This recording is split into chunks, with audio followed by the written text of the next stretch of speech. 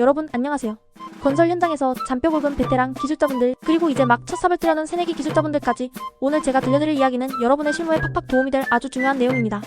바로 대규모 콘크리트 타설 현장에서 튀어나오는 골칫덩이, 크랙을 막는 비법, 그리고 이 비법을 적용한 신규 단가 만드는 노하우까지 싹 다 풀어드리겠습니다. 단순히 이론적인 지식 나열이 아니라 현장에서 바로 써먹을 수 있는 실질적인 꿀팁들을 대방출할 예정이니 두 눈 크게 뜨고 귀 쫑긋 세워주세요. 콘크리트, 이 녀석이 굳어가면서 말이죠. 수화열 때문에 뜨끈뜨끈해졌다가 식으면서 쭈그러들거든요. 이걸 건조수축이라고 하는데 이때 잘못하면 쩍쩍 금이 가버립니다. 이걸 크랙이라고 하죠. 이 크랙 때문에 얼마나 많은 건설 기술자분들이 밤잠을 설치셨습니까? 구조물의 안전성에도 치명적일 뿐만 아니라 미관상으로도 좋지 않고 나중에 보수 비용까지 발생시키니 건설 현장에서는 이 크랙 관리가 정말 중요한 이슈입니다. 우리 현장에서는 보통 이걸 막으려고 부직포를 쫙 깔고 물을 뿌려서 촉촉하게 유지하잖아요. 이렇게 스밀 상태를 유지하면서 콘크리트가 천천히 제대로 굳도록 하는 걸 스밀 양생이라고 합니다. 아주 기본 중에 기본이고 가장 효과적인 양생 방법 중 하나로 손꼽히죠. 하지만 이 스밀 양생이라는 게 말처럼 쉽지 않아요. 물이 마르지 않도록 꾸준히 신경 써야 하고 넓은 면적에서는 인력과 자재 투입이 만만치 않거든요. 그래서 오늘 우리는 이 스밀 양생 작업을 위한 신규 단가를 직접 만들어 보는 겁니다. 신규 단가? 그거 어떻게 만드는 건데? 어렵지 않냐? 하시는 분들 계실 텐데 걱정 마세요. 제가 아주 쉽게, 그리고 건설 기술자분들이 널리 이롭게 활용하실 수 있도록 실무적으로 유용하게 알려드리겠습니다.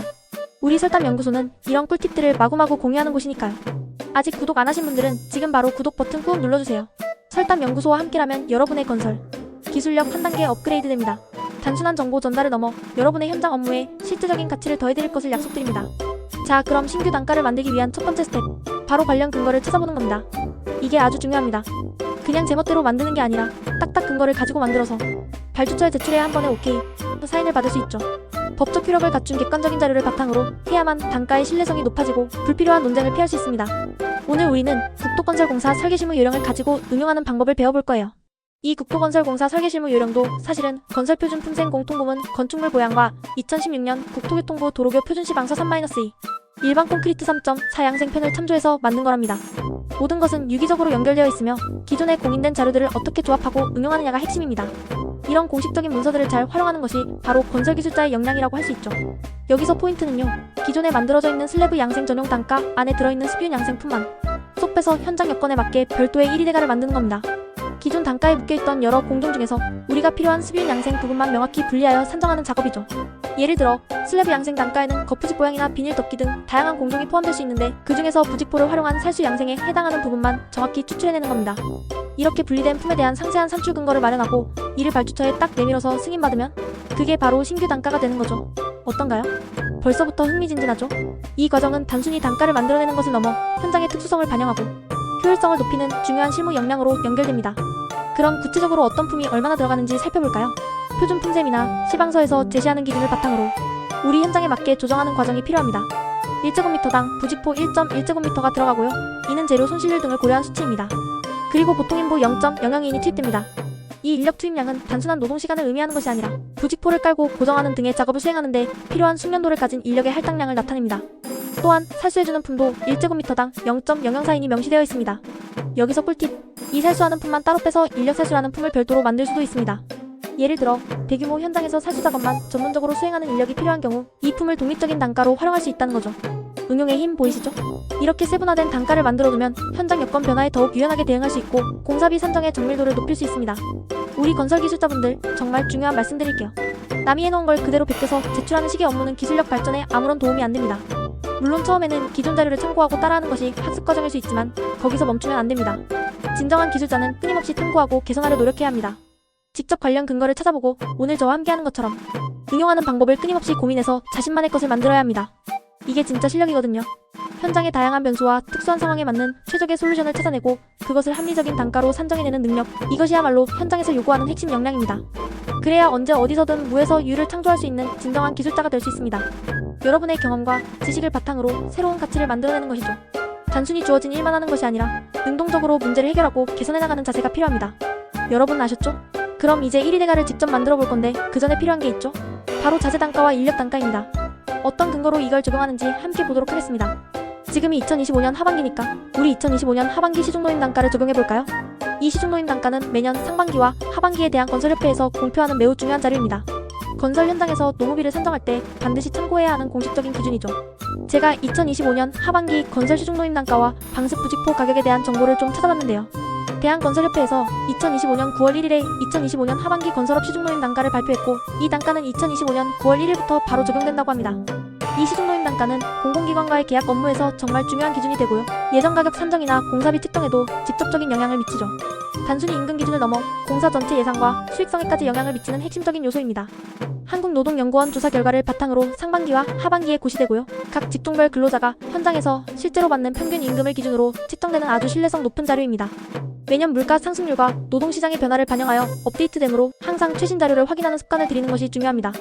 국가계약법, 시행규칙 제7조 같은 관련 법령에도 명시되어 있으니 이 자료를 적극적으로 활용해야겠죠. 이처럼 법적 근거가 명확한 자료를 사용해야 나중에 혹시 발생할 수 있는 감사나 검토에서도 문제없이 통과될 수 있습니다. 직종별 노임 단가를 보면 보통인부, 특별인부, 비계공, 철근공, 콘크리트공 등 정말 다양한 직종이 포함되어 있어요. 2025년 상반기 노임 단가 예시를 보면 보통인부는 16만 8,500원이었는데 하반기는 또 어떻게 변동되었는지 최신 자료를 대한건설협회 홈페이지에서 확인하는 것이 중요합니다. 노무비 지수는 단순히 특정 직종의 임금을 의미하는 것을 넘어 전체 공사비 산정뿐만 아니라 물가 변동으로 인한 계약금액 조정에도 활용되니까요. 꼭 최신 자료를 대한건설협회 홈페이지나 건설기술정보시스템 CODIL에서 확인해보세요. 시시각각 변하는 경제 상황과 건설시장 동향을 파악하는 데 필수적인 정보입니다. 그리고 건설 자재 가격 동향도 빼놓을 수 없죠. 2025년 건설 자재 시장은 전반적으로 가격이 계속 상승할 것으로 예상된다고 합니다. 원자재 가격 상승, 물류 비용 증가, 인건비 상승 등 다양한 요인들이 복합적으로 작용하여 자재 가격에 영향을 미치고 있습니다.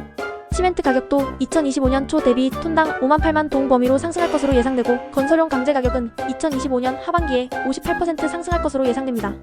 특히 모래나 벽돌, 석재 가격은 가장 큰 폭으로 오를 거라고 하네요. 부동산 시장 회복이나 인프라 수요 증가 같은 요인들이 복합적으로 작용해서 그런 건데요. 이는 공사비 예산 수립에 있어 중요한 고려사항이 됩니다.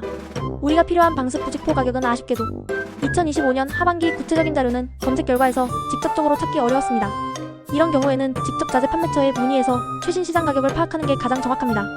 여러 공급업체를 비교하고 견적을 받아보는 과정을 통해 합리적인 가격을 산출해야겠죠. 여러분이 적용하고 싶은 자재로 단가를 변경해서 적용하면 되니까요. 저는 일단 방수부직포를 기준으로 설계 단가를 만들어 보겠습니다. 이처럼 시장 조사를 통해 얻은 실제 데이터를 반영하는 것이 중요합니다. 이제 단가를 산출할 자료들은 다 모은 것 같죠? 필요한 근거 자료와 최신 시장 동향까지 파악했으니 이제 실질적인 1위대가 작성 단계로 넘어갈 시간입니다. 그럼 대망의 1위대가 만들기 시간입니다. 우리는 수빈 양생을 위한 단가를 만드는 거니까 저는 부직포 설치와 사수를 포함한 1위대가를 만들어 볼게요. 여기서 1위대가란 단위 공사량당 소요되는 재료, 노무비, 경비 등을 상세히 계산하여 하나의 단가를 산출하는 방식입니다. 이 방식은 공사비 산정의 투명성과 정확성을 높이는 데 필수적이죠.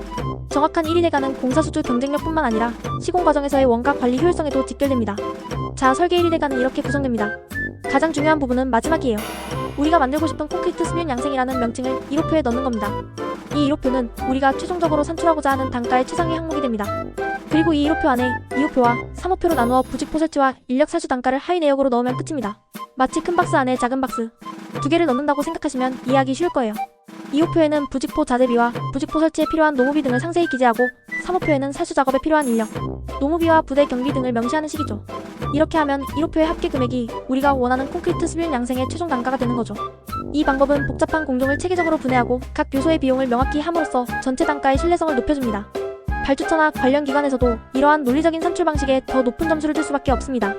이 모든 과정을 엑셀 파일로 직접 만들어 보시면 단가 만드는 방법을 확실히 익힐 수 있을 겁니다. 엑셀을 활용하면 수치 변경 시 전체 단가가 자동으로 계산되도록 만들어 작업 효율성을 극대화할 수 있습니다. 수식을 활용하여 각 항목 간의 연관성을 명확히 하고 필요한 경우 변수값만 바꿔서 다양한 시나리오에 따른 단가 산정도 가능해집니다. 이렇게 직접 관련 근거를 찾아 단가를 만들어봐야 내역 프로그램에만 의존하지 않고도 언제, 어디서든 무에서 유를 창조할 수 있는 능력을 갖게 되는 겁니다. 프로그램이 없거나 프로그램에서 제공하지 않는 특수한 공종의 단가를 산정해야 할 때 이러한 직접 산정 능력은 여러분을 빛나게 할 것입니다. 프로그램 사달라고 회사에 아쉬운 소리 할 필요도 없고요. 여러분의 실력을 모르는 회사에게 능력을 보여줄 기회도 만들 수 있습니다. 직접 만들어서 이윤 창출에 기여하게 되면 자연스럽게 여러분의 능력을 인정받게 될 거예요. 이것이야말로 진정한 건설기술자의 길 아니겠습니까?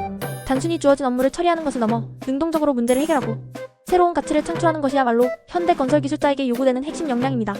여러분의 이러한 노력이 결국 회사의 경쟁력으로 이어지고 궁극적으로는 여러분 개인의 성장과 발전으로 연결될 것입니다.